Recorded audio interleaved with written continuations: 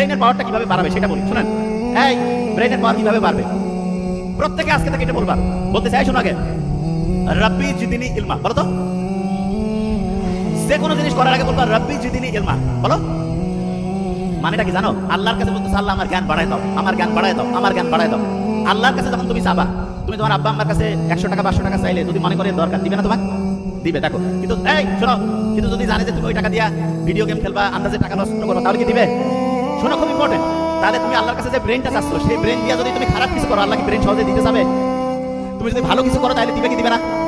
তাহলে বলো তো, যারা ব্রেনের পাওয়ার বাড়াইতে চাও, আল্লাহকে কি করবা? আল্লাহ আমি এই ব্রেনটা ভালো কাজে লাগাবো না খারাপ কাজে? কোন কাজে?